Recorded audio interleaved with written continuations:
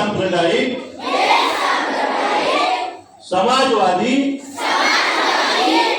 લોકશાહી પ્રજાસત્તાક બનાવવા માટે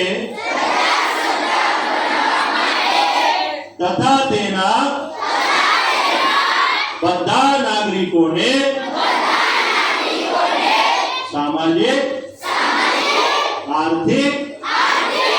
અને રાજકીય ન્યાય विचार वाणी मान्यता धर्म અને પૂજાની સ્વતંત્રતા પ્રતિષ્ઠા અને તકની સમાનતા તથા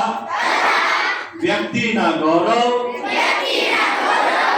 તેમજ રાષ્ટ્રની એકતા